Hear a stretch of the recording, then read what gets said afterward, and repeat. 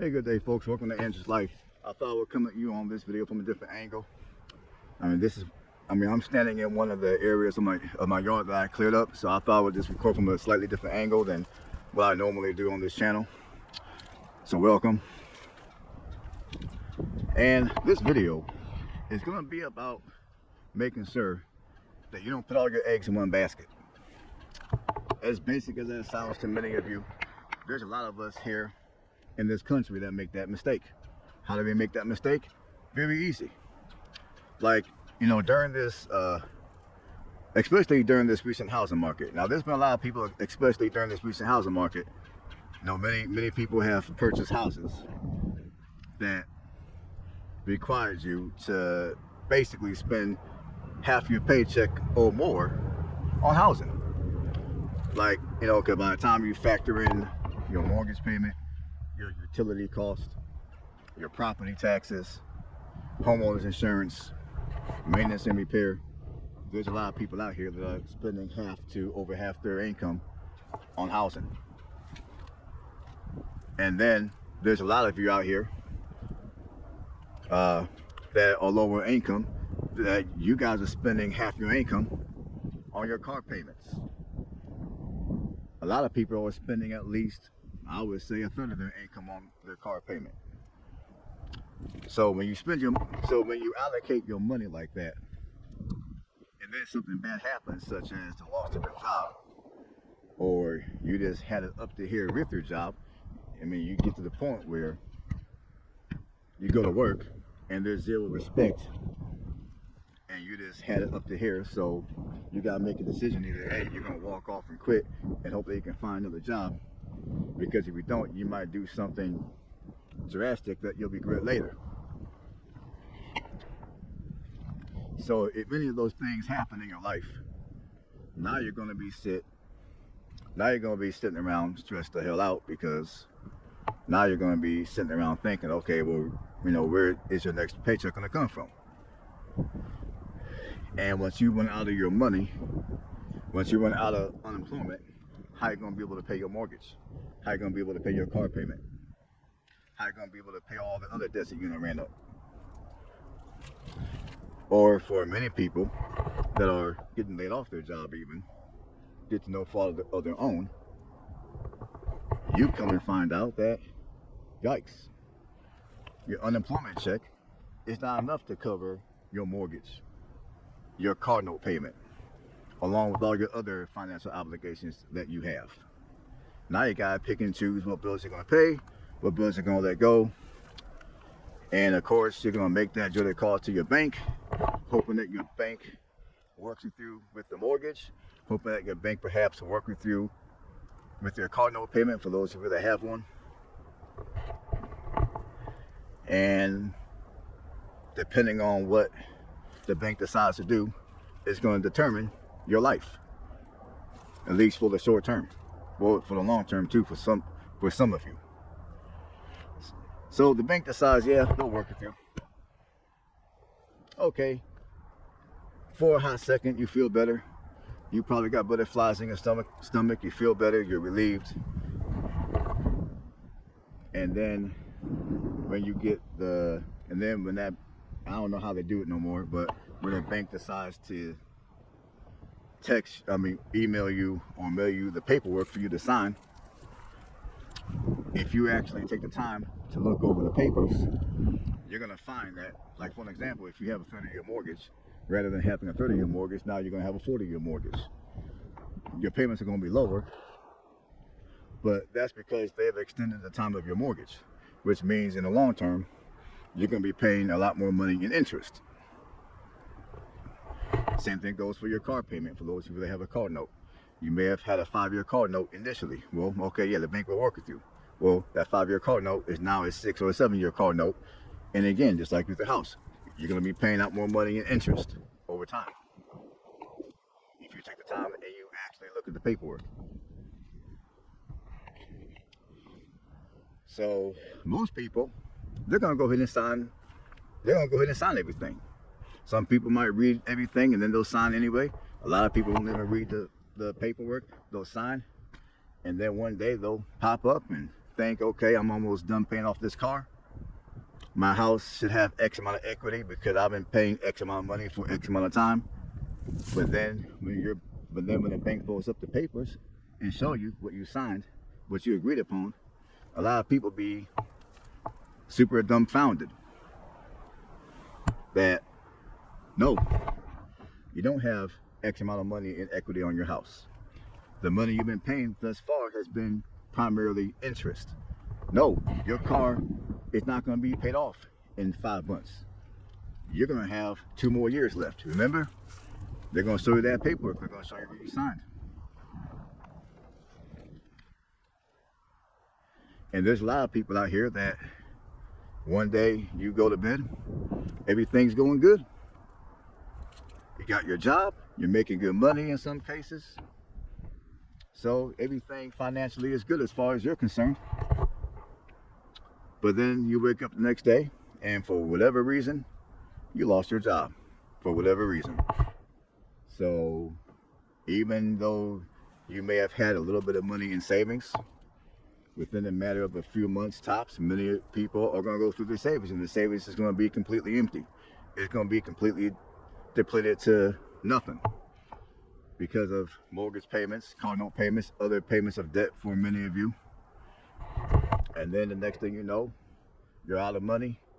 You still have not been able to find a job that pays comparable to what you were making before you lost the other job.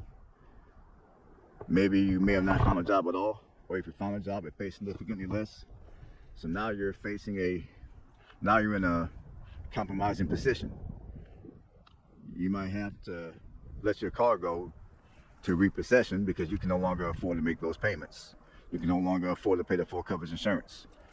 You might have to let your house go to foreclosure, or if you're lucky, the bank might allow you to do a short sale. But one way or another, you're gonna have to get rid of your house because you can no longer afford to pay the mortgage. Or, as what has been happening to many people, your property taxes go through the roof. Your homeowner's insurance may go through the roof for whatever reason. So, for those reasons, for some people, you're in a position to where you're gonna have to sell your house. You're gonna have to move around a little bit. Or for some people, you might be living somewhere to where the economy is not that strong, to where the job market is weak. So in order to be able to find gainful employment again, you might have to move to another part of the country, or you might have to, at the very least, move to another region within your states. And if you don't have money, how are you going to be able to do any of those things? It's going to be difficult to do those things if you don't got no money. Which is why it is never a good idea to put all your eggs in one basket. Like whenever you go about buying your house, whenever you go about buying your vehicle, it is always good to purchase well below your means. Like if the bank tells you based off of your income, you can afford let's say a $3,000 a month mortgage, you know what? Try to find a house that's cheaper to where the mortgage will be $1,500. If the bank determines that you can afford a vehicle that carries, let's say, I don't know, let's say $1,000 a month note. Now, obviously with me, I would advise people to not have a car note at all. I would advise you to buy that clunker and pay cash. But if for some reason you have to have that note, rather than having $1,000 a month note, try to find something to where your note will be less than $500 a month. But again, I would advise when it comes to a car, if you can pay cash, pay cash. Even when it comes to real estate, if you got cash money to buy a piece of real estate, I would advise you to pay cash on real estate too, but most people don't, so I'm just saying. But my point is, whatever purchases you choose to make, you still need to make sure that you're living below your means. Because when you live below your means, it enables you to put money aside in savings. It enables you to invest some of your money. And then one day when you wake up and bad things happen to you, like the loss of your job, for an example, you'll be able to pivot. Like if you need to temporarily or permanently move to another location with the money that you saved, you'll be able to make those moves. And then when things get better, if you want to come back home, you'll be able to come back home. Or if you need to sell your house, you'll be able to sell your house. If you need to, now this is going to be a tough one for most people, but if you need to get rid of your car and maybe buy you a vehicle for cash to get rid of debt, you'll be able to do that easier because you'll have money saved up to where you can sell the car and then you can pay the difference to your bank. And I've said this on previous videos, and I'm going to say it on this video too. And I would say in the current economy that we're dealing with today, and I say this now, and even when times get better again, I would say it then, is it is more important now than ever before to have the ability to be mobile. And what I mean by that is, whatever vehicles you're driving, take a close look at your vehicle and figure out ways to make your vehicle at least somewhat comfortable to where you can live out of it temporarily if necessary. That way, if you have to move to another part of your state or you have to move to another part of the country in order to be able to find some gainful employment to where you can at least pay your bills, take care of yourself, take care of your family, you will at least have the means to go where the opportunities are at to where you can take care of yourself financially. And I got plenty of setups on this channel of my van if you need a guide of how to set up your vehicle. Now, I'll tell you guys right now, my setup is very basic. It's nothing special, nothing fancy. It's not Instagram-ish. It's super basic. So, yeah, my suggestion for you guys would be to, whatever vehicle you're driving, take a close look at it and make sure that you can set it up to where you can temporarily live out of it.